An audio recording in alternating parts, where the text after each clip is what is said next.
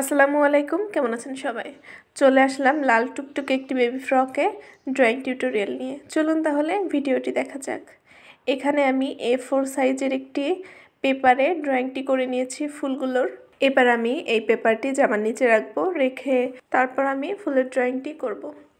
এতে আমার সময় অনেকটা বেঁচে যাবে আর ড্রয়িংটাও হুবহু অন্য ড্রেসগুলোর মতনই হবে।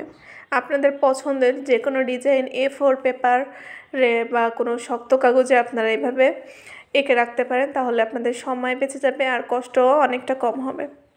আপনারা চাইলে কম্পিউটার থেকে ফটোকপি করেও নিতে পারেন।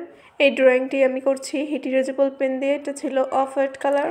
এই ডিজাইনটি আমি অফ হোয়াইট কালার ড্রেসেই অনেক বেশি করেছি।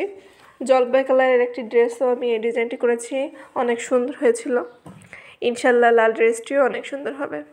জামার সব ফুলগুলো আমার একে একে আঁকা শেষ হলো। এবার আমি জামার উপরের দিকে দুটো প্রজাপতি দিব, আর নিচের দিকে ডিজাইনটাও আমার করা শেষ হয়েছে।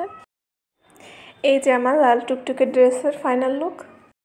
আজকের ভিডিওটি কেমন লাগলো জানাতে ভুলবেন না। আসসালামু আলাইকুম, আল্লাহ হাফেজ।